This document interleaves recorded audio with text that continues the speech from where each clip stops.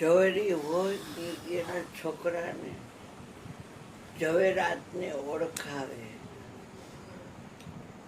પણ એને એમ કે તું આ ઝવેરાતથી જુદો છો. બેટા આને નીલમ કહેવાય. અને છોકરો કે હા બાપુ. બેટા આને પોખરાજ કહેવાય. હા બાપુ.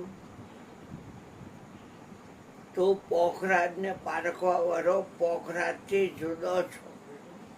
નીલમને પારખવા વાળો તું નીલમથી જુદો છો. બેટા આને માણેક કહેવાય,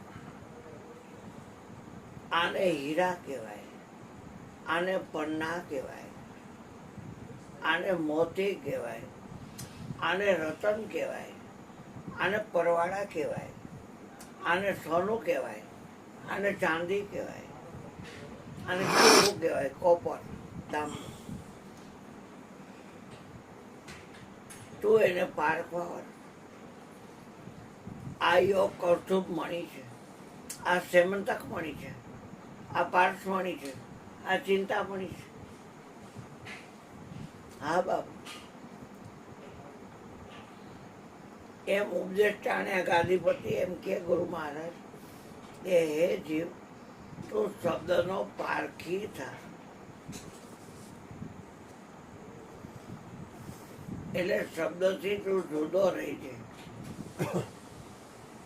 હવે શબ્દ તો આરે છે ને શબ્દ પારે છે. શબ્દ છે ઢગજરિયા જ્યાં જવું ત્યાં.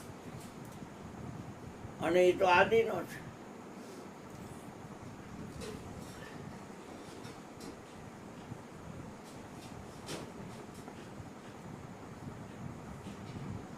શબ્દને પારખી ક્યારે બનાય? શબ્દ જુદા રહ્યો તો હા કે ડોસીમાને હલાવીને દવા પાઈજો, ઘરે જઈને મરી ગયા, હલાવી ડોસી.